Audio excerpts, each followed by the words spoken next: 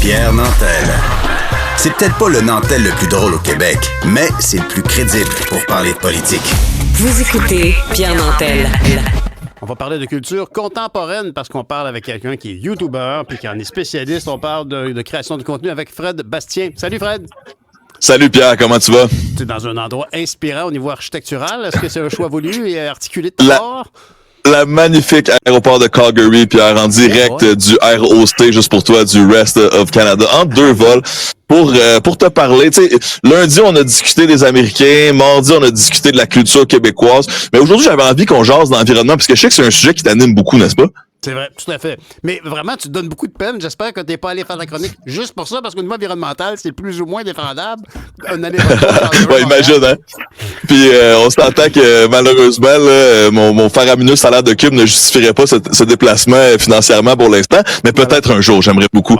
Non, sans blague, on rend l'utile à l'agréable, puis moi, je suis assez chanceux pour... justement, si tu disais, en tant que YouTuber, c'est quand même parfois plus facile que pour d'autres professions de me promener un peu, d'aller filmer ailleurs. Donc, j'en profite pour ramener tous nos auditeurs avec moi. Bon, dis-moi, juste une question comme ça. T'es à Calgary, ça m'a toujours fasciné que dans cet aéroport-là, malgré tout, il y a quand même un affichage en anglais et en français de l'aéroport lui-même. Tu sais, genre toilette, restrooms. Fait que si t'as la chance, tu me montreras ta shot. Ben oui, non, mais même les restaurants aussi, là, tu sais, on me vend des smoothies dans les 2 langues officielles ici. Non, écoutez, il y a des bilingues partout au pays, là, à ne pas négliger. C'est vrai. Par rapport à l'environnement aujourd'hui, c'est que j'avais envie de t'entendre par rapport aux obligations des entreprises qui pourraient maintenant être forcées de divulguer, d'avoir des audits carbone, de démontrer officiellement que combien ils émettent du carbone. Puis là, c'est parce qu'il y a des régulations mondiales qui s'intéressent à ça. En Australie, ça commence à sévir. Au Canada aussi, il y a des choses qui s'en viennent. Puis en tant que fan de l'environnement, moi, dans le fond, je suis un peu un néophyte là-dedans. Là. J'essaie de comprendre c'est quoi le meilleur moyen de trouver des solutions. Puis je me dis que peut-être qu'en forçant les compagnies en déclarant ce qu'ils produisent, ça pourrait changer un peu le marché. Je suis curieux de savoir ce que t'en penses. Ben, c'est sûr. Je veux dire, c'est comme n'importe quoi. N'importe quel problème qu'on veut régler, la première chose, il faut le documenter. Puis pour le documenter, ben là, on peut le documenter en disant, ben oui, il y a des pluies incroyables, puis il y a des records de chaleur. Oui, d'accord. Mais comment on croit à la piste? C'est vraiment scientifiquement reconnu que c'est le gaz carbonique qui crée un effet de serre. Hein? C'est pas des tomates de serre. C'est que le gaz fait une espèce de bulle au-dessus de la Terre qui accentue le réchauffement. Et ce réchauffement-là est problématique, est causé par le gaz à effet de serre. Et ça, curieusement, récemment, en fait, c'est récemment dans l'œil du public, mais ça fait des années qu'il y a quelqu'un qui a planifié l'envoi d'un satellite avec une technologie québécoise pour mesurer les émanations de gaz à effet de serre émanant de différents sites sur la planète. C'est intéressant. Et là où tu es, on pourrait imaginer qu'au nord, là, ça doit être un hotspot sur la carte. Là. Ça doit dégager pas mal de gaz à effet de serre. Ah, on est... Fred est en train d'ajuster son truc. Peut-être qu'il m'entend plus. Mais je dis ça. Puis je dis ça pas pour être baveux avec l'Ouest canadien, là. Mais la réalité, c'est que Calgary, Edmonton, au nord, c'est Fort McMurray. Puis Fort McMurray, mais c'est l'endroit, c'est la ville où la plupart des gens dorment, mais ils travaillent sur les champs pétrolifères de sable bitumineux. Puis pourquoi ça serait un hotspot ou ça serait une zone très chaude d'émissions de gaz à effet de serre? C'est que, et c'est là que réside l'essentiel du problème des sables bitumineux, c'est que pour extraire le pétrole du sable, on réchauffe de l'eau pour faire de la vapeur. On y ajoute des produits chimiques. Et cette eau-là, elle est chauffée avec du gaz naturel qui est combustionné, qui est brûlé à une quantité industrielle spectaculaire qui génère pour chaque baril beaucoup de gaz à effet de serre. Fait que oui, je pense que la solution québécoise pour monitorer les sources de gaz à effet de serre, ça pourrait être très intéressant d'avoir des résultats sous peu. Je suis vraiment très enthousiaste que tu me partages cette réflexion-là. J'ai envie d'être presque conspirationniste en disant pendant qu'on parlait de l'environnement à Calgary, mon Internet a lâché. Mais non, c'était vraiment un hasard. Là. Je suis revenu, je suis là. Mais non, sans blague, moi, ce que je me dis, c'est imaginons là, qu'effectivement, là, les compagnies commencent à le divulguer davantage. Peut-être qu'ils vont être obligés de le faire, mais peut-être qu'ils vont aussi commencer à le faire.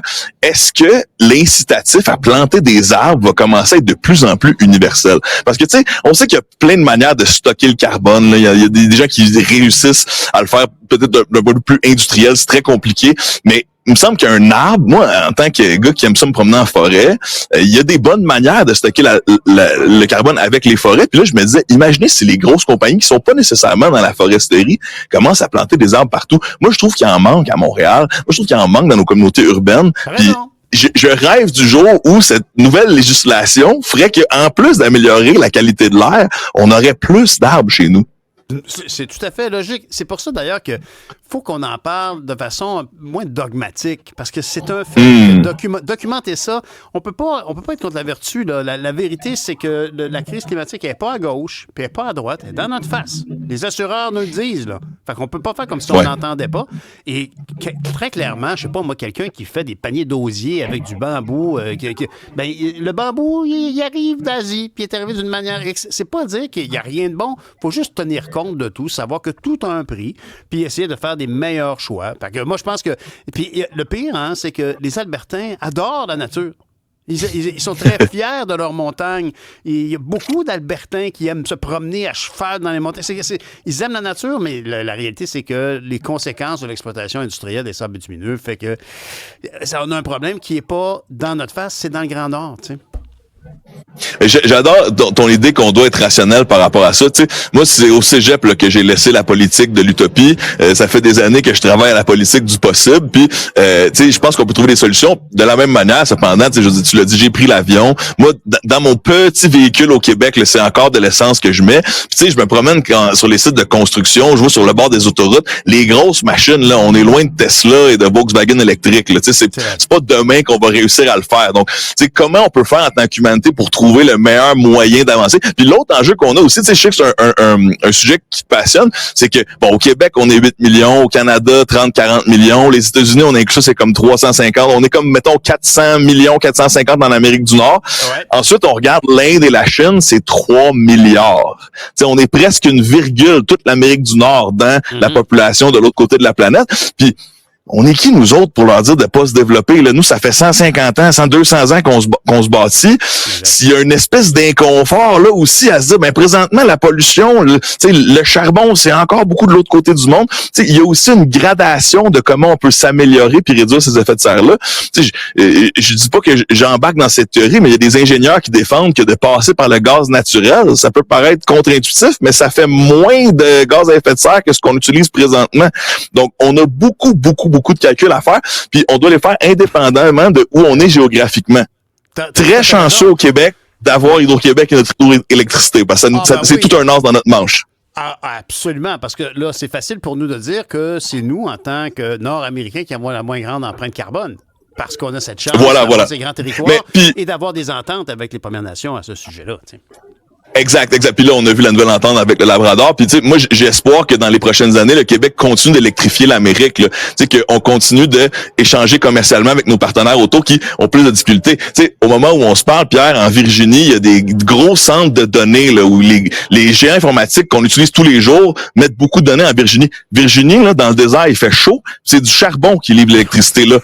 Complètement sous-optimal. Tu sais, il y a plein d'enjeux là-dedans, mais ça nous tenterait pas de construire nos centres de données dans le nord du Québec, par exemple, où il fait froid puis l'électricité est propre. Tu sais, pour l'humanité, c'est un pas en avant. Puis la pollution n'a pas de frontières. Donc, continuons d'avancer avec des solutions.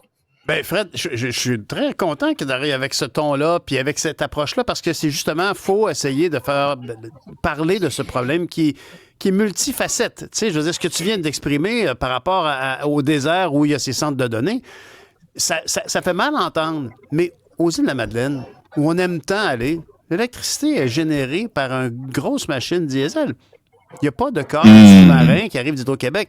En même temps, Christy, on est là-bas, on est aux îles de Madeleine, il fait beau, c'est magnifique, on est content d'avoir l'électricité, on va pas virer fou, mais il faut juste en être conscient, puis pas se sentir coupable. Mais c'est tellement rochant que des étapes, par exemple, tu as raison, c'est mieux le propane qu'un autre essence fossile. Mais c'est quand même, on sait aussi que ça va beaucoup plus vite qu'on pensait. Fait que, en même temps, il faut être pragmatique puis faire des meilleurs choix puis pas chercher l'idéal qui est souvent le pire ennemi du mieux. Quand tu veux juste l'idéal, tu t'améliores pas. Je ferai pas de compromis, ben, tu fais jamais rien.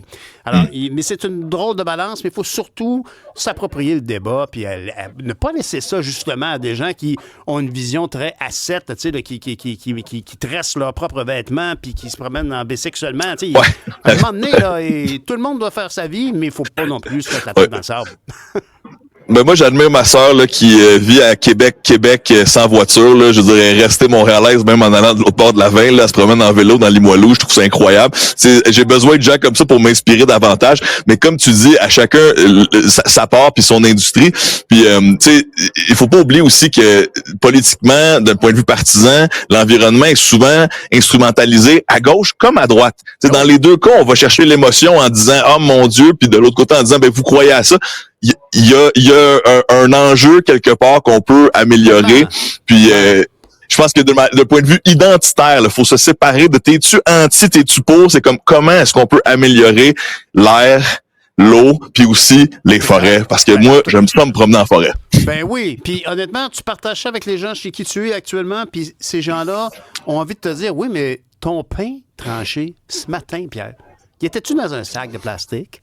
Ben oui. Oui, ben oui. Tu sais, fait que il faut être pragmatique devant tout ça, mais eux aussi, il faut qu'ils soient pragmatiques. Parce que du côté de l'Ouest, il y a une grande fierté de dire non, drill, baby, drill, puis on s'occupe de nos. Il n'y a pas de place pour la nuance.